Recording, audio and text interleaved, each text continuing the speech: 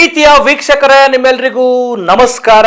ನಾನು KJ ಹಳ್ಳಿ ಸುರೇಶ್. ಇವತ್ತು ಬಿಜೆಪಿ ಪಾರ್ಟಿಯವರು ಮತ್ತು RSS ಮತ್ತು ಬಿಜೆಪಿಯನ್ನು ಬೆಂಬಲಿಸುವಂತಹ ಹಿಂದೂ ಪರ ಸಂಘಟನೆಗಳು ಎಲ್ಲ ಸೇರಿಕೊಂಡು ಇವತ್ತು ಸಂವಿಧಾನ ಹತ್ಯಾ ದಿವಸ್ ಆಚರಣೆ ಮಾಡ್ತಾ ಇದ್ದಾರೆ. ಮತ್ತು ಆಚರಣೆನ ಮಾಡಿ ಅಂತೇಳಿ ಎಲ್ಲ ರಾಜ್ಯಗಳಿಗೂ ಕೂಡ ಒಂದು ಸರ್ಕ್ಯುಲೇಷನ್ ಕೊಟ್ಟಿದ್ದಾರೆ. ಸಂವಿಧಾನ ಹತ್ಯಾ ದಿವಸ್. ಸ್ನೇಹಿತರೆ, ಸಂವಿಧಾನದ ಆಶಯಗಳನ್ನ ಕೊಲ್ಲುತ್ತಿರುವಂತಹ ಸಂವಿಧಾನ ವಿರೋಧಿ ಕೊಲೆಗಡುಕರಿಂದ ಸಂವಿಧಾನದ ಆಶಯಗಳ ಬಗ್ಗೆ ಮಾತನಾಡುವ ಇವರು ಇವತ್ತು ಸಂವಿಧಾನ ಹತ್ಯಾ ದಿವಸ್ ಬಗ್ಗೆ ಮಾತಾಡ್ತಿದ್ದಾರೆ ಮತ್ತು ಆಚರಣೆ ಮಾಡ್ತಿದ್ದಾರೆ. ಇವರಿಗೆ ನಿಜವಾಗ್ಲೂ ಸಂವಿಧಾನದ ಆಶಯಗಳ ಬಗ್ಗೆ ಗೌರವ ಇದೆಯಾ ಮತ್ತು ಆಶಯಗಳ ಬಗ್ಗೆ ಪ್ರೀತಿ ಇದೆಯಾ, ಅದನ್ನು ಜಾರಿ ಮಾಡುವ ನಿಟ್ಟಿನಲ್ಲಿ ಇವರು ಯೋಚನೆ ಮಾಡ್ತಾರ?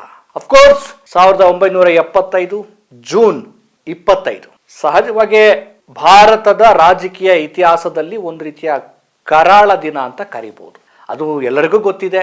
ಇಂದಿರಾ ಗಾಂಧಿಯವರ ಇದೊಂದು ನೀತಿ ಬಿಟ್ರೆ ಇನ್ನು ಅವರ ಆಡಳಿತದ ಅವಧಿಯನ್ನ ಯಾರೂ ಕೂಡ ಟೀಕೆ ಮಾಡೋಕ್ಕೆ ಸಾಧ್ಯ ಇಲ್ಲ. ಆ ನಿಟ್ಟಿನಲ್ಲಿ ಅದ್ಭುತವಾದಂತಹ ಜನಪರವಾದಂತಹ ಒಂದು ಅಡ್ಮಿನಿಸ್ಟ್ರೇಷನ್ ಆಡಳಿತವನ್ನ ಇಂದಿರಾ ಗಾಂಧಿಯವರು ಕೊಟ್ಟರು. ಸ್ವತಃ ವಾಜಪೇಯಿ ಅವರೇ ಇಂದಿರಾ ಗಾಂಧಿ ಅವ್ರನ್ನ ದುರ್ಗೆ ಅಂತ ಕರೆದ್ರು. ಹಾಗಂತ ಹೇಳಿ ಅವರ 21 ತಿಂಗಳ ಎಮರ್ಜೆನ್ಸಿಯನ್ನ ಒಪ್ಕೊಳ್ಳೋದಕ್ಕೆ ಸಾಧ್ಯ ಆಗತ್ತಾ? ಖಂಡಿತ ಇಲ್ಲ. ಸಹಜವಾಗಿಯೇ ಅಧಿಕಾರದ ಹಾಪಾಹಪಿ ಇಂದಿರಾ ಗಾಂಧಿ ಅವ್ರಿಗೂ ಇತ್ತು.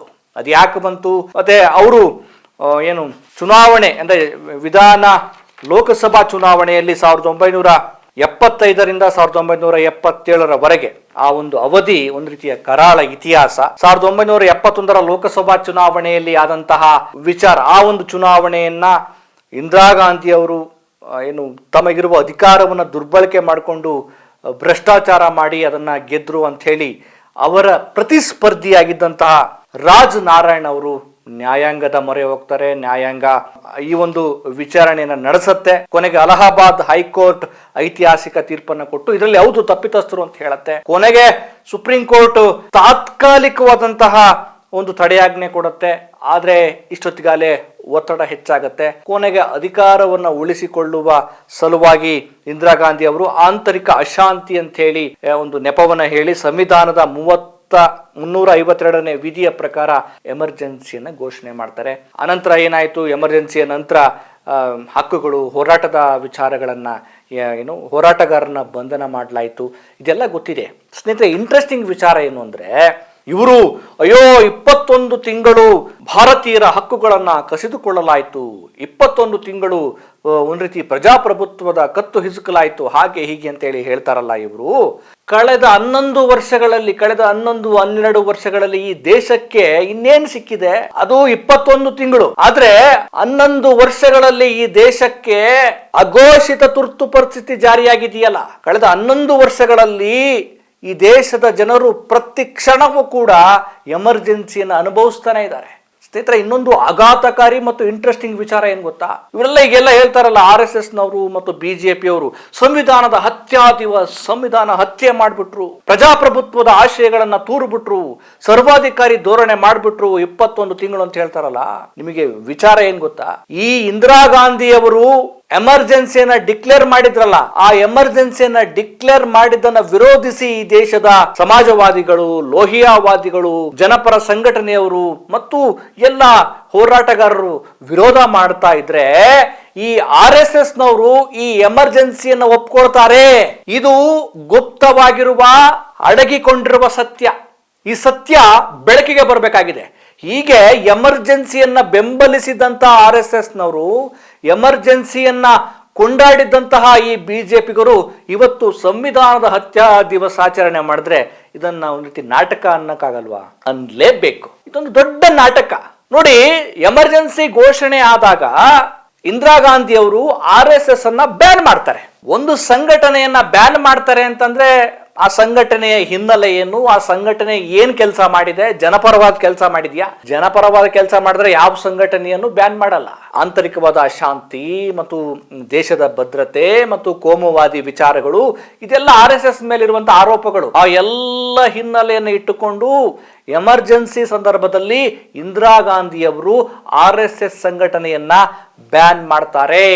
ಸ್ನೇಹಿತರೆ, ಇಷ್ಟು ದೊಡ್ಡ ಮಟ್ಟದಲ್ಲಿ ಈ ತುರ್ತು ಪರಿಸ್ಥಿತಿಯನ್ನ ವಿರೋಧಿಸುವಂತ ಈ ಬಿಜೆಪಿ ಪಾಳೆಯ ಮತ್ತು ಸಂಘ ಪರಿವಾರ ಎಲ್ಲ ಈ ಗುಂಪು ಆ ಒಂದು ತುರ್ತು ಪರಿಸ್ಥಿತಿಯ ಸಂದರ್ಭದಲ್ಲಿ ಇಂದಿರಾ ಗಾಂಧಿ ಅವರಿಗೆ ಅತ್ಯಂತ ಪರಿಪರಿಯಾಗಿ ಪತ್ರವನ್ನ ಬರೀತಾರೆ. ಏನಂತ?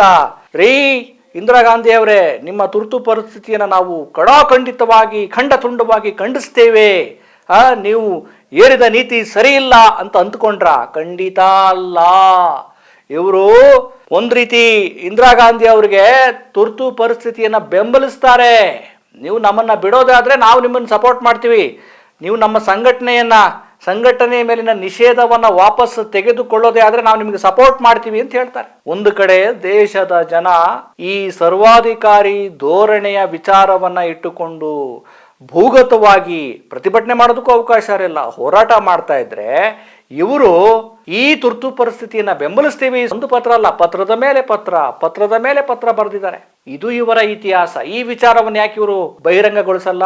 ಇದು ಯಾವುದೇ ವಾಟ್ಸಪ್ ಯೂನಿವರ್ಸಿಟಿ, ಯಾವುದೇ ಫೇಸ್ಬುಕ್ ಯೂನಿವರ್ಸಿಟಿಯಿಂದ ತೆಗೆದುಕೊಂಡ ವಿಚಾರ ಅಲ್ಲ. ಇದು ಅಂದಿನ ಗೃಹ ಇಲಾಖೆಯ ಕಡತಗಳಲ್ಲಿರುವಂತ ವಾಸ್ತವಗಳು.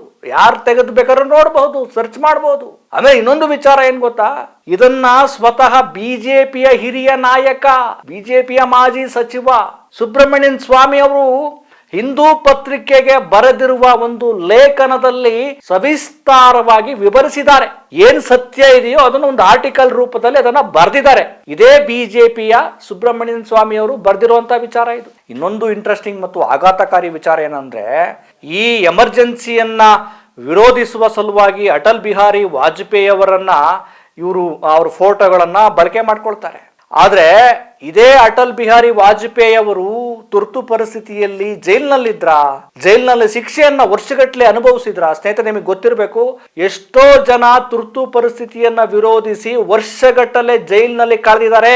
ಕಾರಣ ಪ್ರಜಾಪ್ರಭುತ್ವದ ಆಶಯಗಳಿಗೆ ವಿರುದ್ಧವಾದ ನೀತಿ ಇದು, ಸಂವಿಧಾನಿಕ ಮೌಲ್ಯಗಳನ್ನ ಕೊಲ್ಲುವಂತ ನೀತಿ ಇದು ಅಂತೇಳಿ ಖಂಡಿಸಿ ಜೈಲಿನಲ್ಲಿ ತಮ್ಮ ಹೋರಾಟವನ್ನು ಆರಂಭಿಸಿದ್ದಾರೆ. ಆದ್ರೆ ಅಟಲ್ ಬಿಹಾರಿ ವಾಜಪೇಯಿ ಅವರು ಈ ಒಂದು ಏನ್ ತುರ್ತು ಪರಿಸ್ಥಿತಿಯ ವಿಚಾರಕ್ಕೆ ಸಂಬಂಧಪಟ್ಟ ಹಾಗೆ, ಆಯ್ತು ನಂದೇನು ತೊಂದರೆ ಇಲ್ಲ, ನಾನೇನು ವಿರೋಧ ಮಾಡಲ್ಲ ಅಂತ ಹೇಳಿ ಸಹಿ ಮಾಡಿ ಪೆರೋಲ್ನಿಂದ ಹೊರಗಡೆ ಬರ್ತಾರೆ.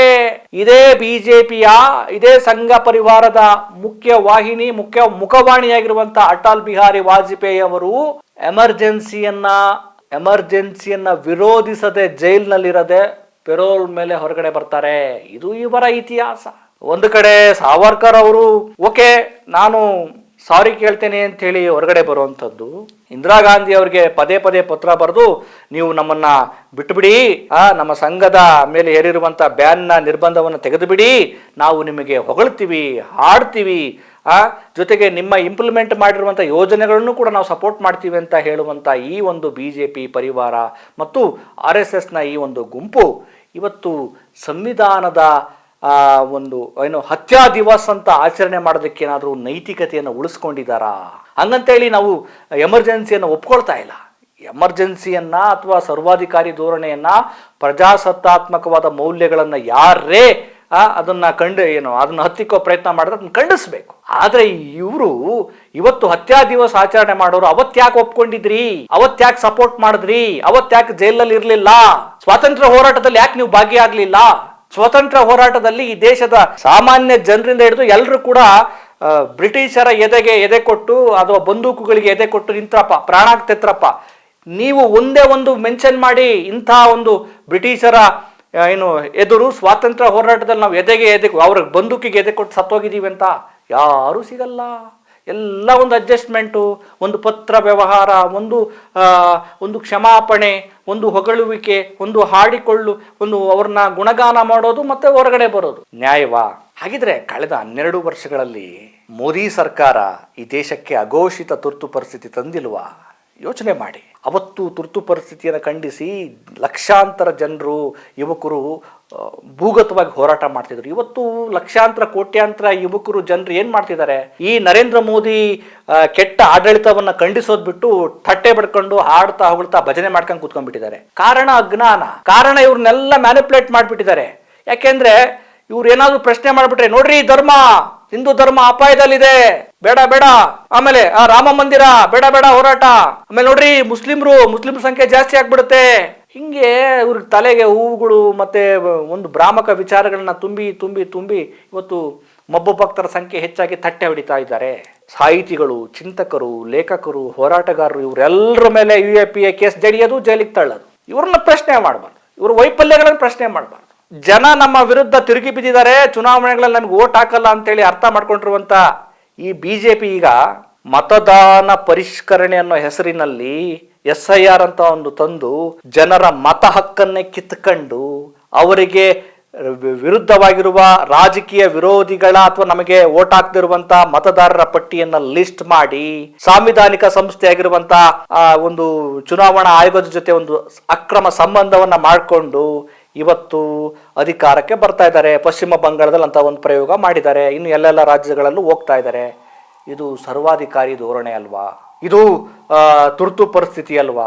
ಇದೇ ತುರ್ತು ಪರಿಸ್ಥಿತಿ, ಆದರೆ ಅಘೋಷಿತವಾಗಿದೆ, ಡಿಕ್ಲೇರ್ ಆಗಿಲ್ಲ ಅಧಿಕೃತವಾಗಿ ಅಷ್ಟೇ. ಕಳೆದ 12 ವರ್ಷಗಳಲ್ಲಿ ಈ ದೇಶದ ಜನರಿಗೆ, ಈ ದೇಶದ ಕಟ್ಟ ಕಡೆಯ ವ್ಯಕ್ತಿಗೆ ಸಿಕ್ಕಿದ್ದೇನು ಅಂದರೆ ರಾಮ ಮಂದಿರ ವಿಚಾರ, ಹಿಂದೂ ಧರ್ಮದ ವಿಚಾರ, ಆಮೇಲೆ ಸೈನಿಕ ಅನ್ನೋ ವಿಚಾರ, ಇಷ್ಟೇ. ಅವ್ಯಾವು ಕೂಡ ಇವರ ಬದುಕನ್ನು ಬದಲಾಯಿಸೋಲ್ಲ, ಅವ್ಯಾವು ಕೂಡ ಇವರ ಬದುಕನ್ನು ಚೇಂಜ್ ಮಾಡಿಲ್ಲ. ಇಷ್ಟು ಹೇಳ್ಕೊಂಡೆ 12 ವರ್ಷಗಳನ್ನು ಪೂರೈಸಿದರೆ ಇನ್ನೂ ಮುಂದುವರಿಯುವ ಸಂಚನ್ನು ಮಾಡ್ತಾ ಇದ್ದಾರೆ. ಈ ಸತ್ಯಗಳನ್ನು ಅರ್ಥ ಮಾಡ್ಕೊಳ್ಬೇಕು.